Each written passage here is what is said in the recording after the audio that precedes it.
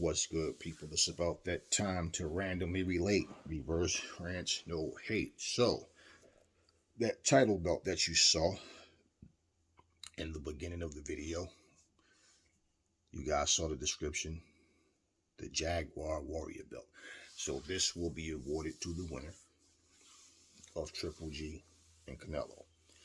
Now, thankfully, this is a belt that you don't defend. It's more like a trophy because we don't need more belts in boxing.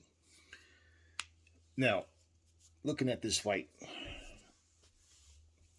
people are saying that Canelo has something to prove. I could understand that in terms of him showing people, okay, I can clearly win a fight against Triple G. Okay, well, there'll be no doubts in anybody's mind that I'm the better fighter. And that really would have made more sense if their third fight would have been like right away. But and honestly, even the Triple G that fought Canelo when he did fight the first two times, you could see that yeah, he doesn't look the same.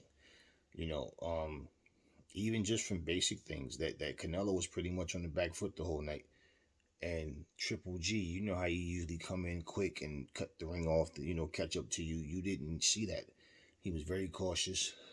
And the second fight, you know, after he was saying he wanted to fight Mexican style and Canelo wanted to move, people always say run. Nah, you guys talk about it, but if you guys were fighters, you'd understand it differently. You know, but I think that for me, looking at Canelo, it's like you should beat Triple G now. Like you're supposed to beat this version of Triple G.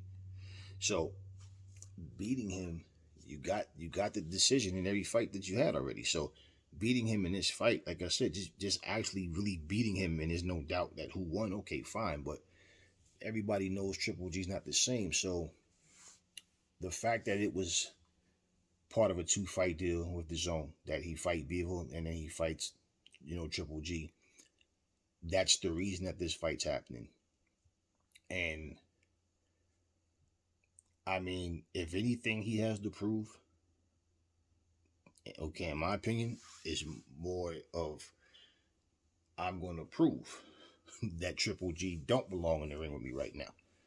So I still got, a lot left in the tank to, to deliver in boxing because other than that, I don't see this being competitive. I just don't. I mean, I'd have to see it to believe it. And I feel like from what I've seen of Triple G, if he gives Canelo a tough fight at this stage in his career, that doesn't say a lot about Canelo in a good way.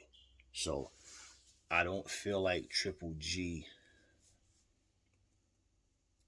is as big of a threat as people think. This is not the same Triple G from, several years ago. Now, if Triple G loses this fight, and especially like if he really just get banged up,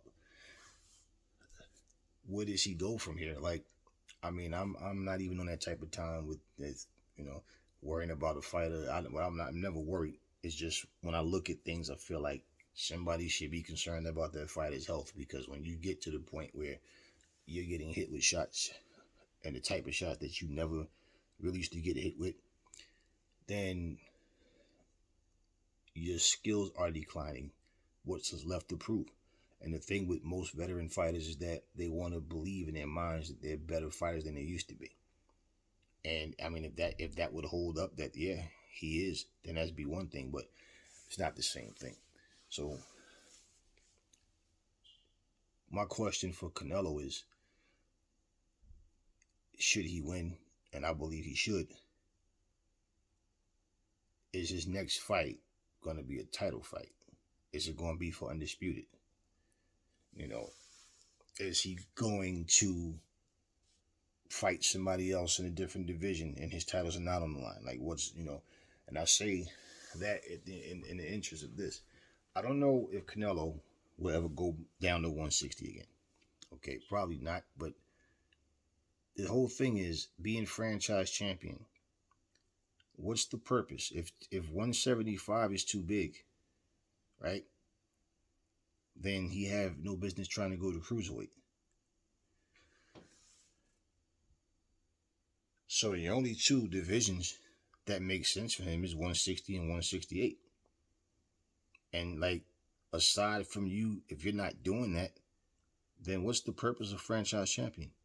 And we know that franchise champion is the belt that's designed to, you know, help you duck your mandatories. And we've been hearing this. Just looking at the facts of what's going on. So he had a tough fight with Bevel. Now, if somehow this becomes a tough fight, so be it. And then what happens happens. But if Canelo is going to stick to his guns about not fighting another Mexican fighter, then we don't even need to bring Benavidez up. If he's not going back to 160, then we don't even need to bring Charlo up. And people will say, well, why don't they come to 168? He's the champ. Yeah, I get all of that, but that's not my question, because if Canelo puts an offer out, you don't think that those guys would take it?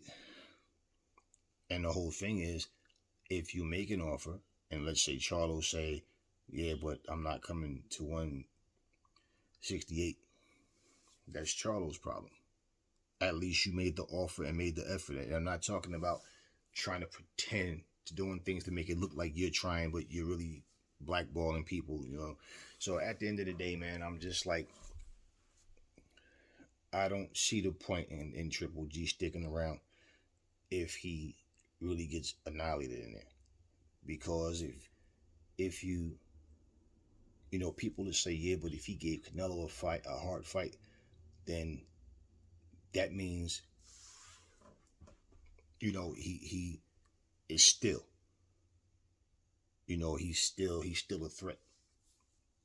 But we can see the difference in his skill set.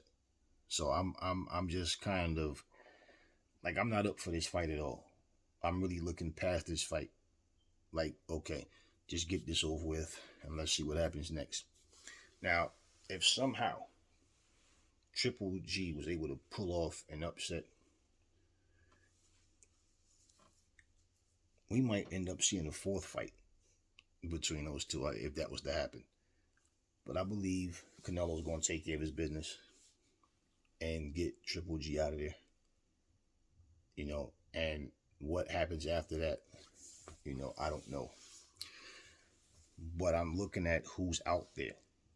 Like, who at 168 does he want to fight? Who does he want to defend his titles against? And if he is not going to do it at 168, then what division is he going to do it at? So if he goes, I feel like it's like for Canelo, if he's going to call somebody out, whoever he calls out, more than likely will be a champion. That's what you would assume. Does it make sense? Now think about what I'm saying, y'all. Would it make sense for him to be undisputed at 168, but decide he's going to go fight somebody at 175 or 160 that has no belt, when you have challengers right now at 168 that want that smoke? And it's just been this type of thing where you think logic and reason, you see that the fighters or their camps not thinking that way. We have seen him in Triple G already. Triple G, like I said, if he gets really annihilated, I don't know what else is it for him to prove? So the belt, I know somebody was talking to me and said, man, here we go to another belt, but I read the description and everything. It's not, like I said, it's not a belt that you defend. So somebody will be walking away. It's a nice belt though. Somebody will be walking away with it. In my opinion, it'd be Canelo. And for the people that, like I always say, man, wanting somebody to lose don't mean they're going to lose. Wanting somebody to win doesn't mean they're going to win. I'm just more focused on the after, because we can count Benavidez out and we can count Charlo out.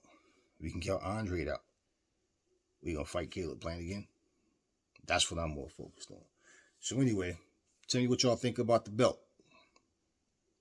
I guess it's just an extra incentive. It's a trophy. Tell me what y'all think about the belt. I already know most people think Triple G gonna lose. I don't see what he's gonna do to beat Canelo. I don't see how. Not at this stage in his life. Never fall in love with lies. Remember the truth brings hate out of people, and I will catch you on the next video.